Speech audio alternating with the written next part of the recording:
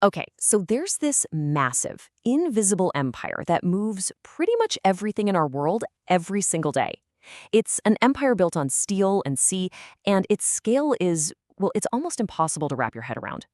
Today, we're going to pull back the curtain on this hidden engine of global trade, and more importantly, on the people who keep the whole thing running. Just take a look around you right now. Seriously, that phone in your hand, the coffee mug on your desk, even the clothes you're wearing. Chances are almost all of it made a really, really long journey across an ocean to get to you. And I'm not just exaggerating here. According to the shipping industry's own reports, we're talking about almost 90% of, well, everything. But this giant global machine, it isn't run by some fancy algorithm or a bunch of robots. Nope, it's powered by actual people. We're talking hundreds of thousands of seafarers spending months, sometimes even years, away from their families and homes. So that's the real question, isn't it? What is life actually like for the crew on those massive ships? Okay, so to really get into their world, first, we've got to wrap our heads around the sheer scale of this industry they're powering. One academic paper we looked at calls it the invisible backbone of our economy, which I think is a perfect way to put it. So what does that look like in numbers? Well, get this. In 2024 alone, ships moved 12.6 billion tons of goods. I mean, that's everything from the grain in your bread to the phone in your pocket. It's just an absolutely staggering amount of stuff. And it's a process most of us never even think about, right? It just happens. But let's be real. Without this constant parade of ships crisscrossing the globe, the world economy would just stop. It would grind to a complete halt. Now, right at the heart of this whole global operation is a country that has, kind of dominated the seas for, well, millennia. We're talking about Greece. And their role today, it's just as critical as it was way back in ancient times. So how crucial are we talking? Well, think about this. Greek shipping companies control around 20% of the entire global fleet's capacity. 20%. That makes Greece the single largest ship-owning nation on the entire planet. And it's not even close.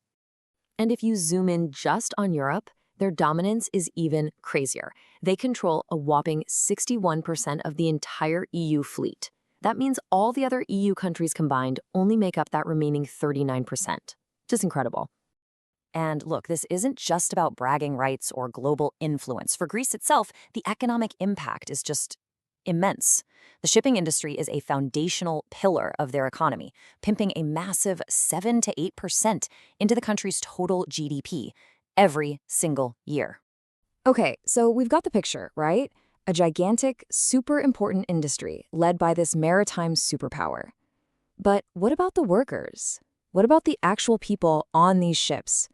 Let's take a look at the international rules that are supposed to protect them. All right, this right here is the key document. It's the Maritime Labor Convention from 2006. People often call it the Seafarers' Bill of Rights, and the whole point was to create one clear set of minimum standards for every single person working at sea, no matter where they are in the world. And on paper, it sounds pretty great. I mean, the whole thing is supposed to guarantee fair and regular pay, reasonable hours, access to doctors, and even time to get off the ship in port. The basics. These are supposed to be the absolute baseline rights for every seafarer. Which, of course, brings us to the million-dollar question. We've got this powerful Bill of Rights. So what's the actual day-to-day reality for the seafarers working inside the world's leading shipping nation? And this is where we zoom in. We're going to shift from that big picture view to what life is really like based on an in-depth study that actually went out and interviewed the seafarers themselves. So, the first thing the study found was this huge divide. It's almost a tale of two different worlds on the same ship. For senior officers, like the ship's master, the pay can be fantastic. We're talking over 13,000 euros a month, plus bonuses. But for the more junior crew members, the study says the wages are, and I'm quoting here, not attractive at all. And they have almost no power to bargain for more. And even for the senior guys who are promised those nice bonuses, well, there's a catch. A crew manager straight up admitted in an interview that a lot of Greek shipping companies will delay paying that bonus money. So you can just imagine the financial stress and uncertainty that creates for people. Okay, so moving beyond pay, let's talk about isolation. This quote from a third engineer, man, it really hits home. He says his company charges $10 for just 20 megabytes of data. He can't even chat with his friends for more than 15 minutes. Just try to imagine that. Being months away from home, and your only link to your family gets cut off because it's so ridiculously expensive. And that feeling of being cut off only gets worse when the ship actually gets to port. A ship's master, the captain, said his company gives them zero info about where to find support on shore.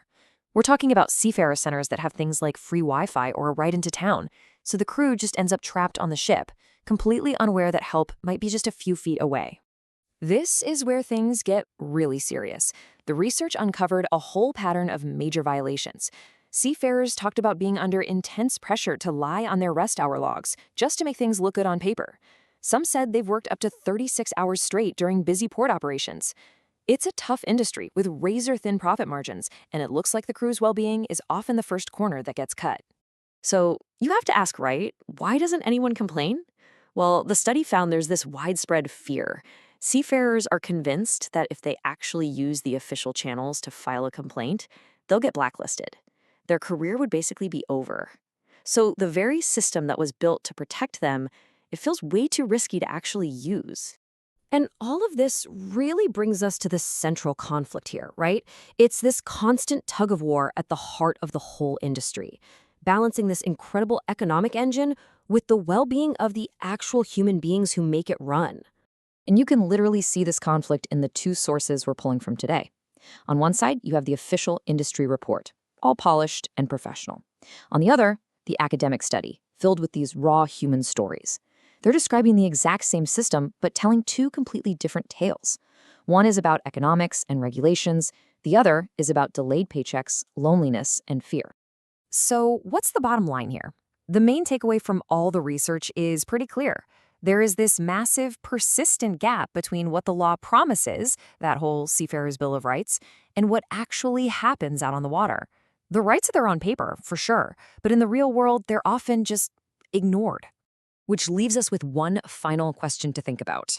This industry has proven it can literally move the world. It connects all of our economies, it generates unbelievable wealth. But the real question is this: can the engine of global trade finally learn how to create a better, fairer world for its own crew?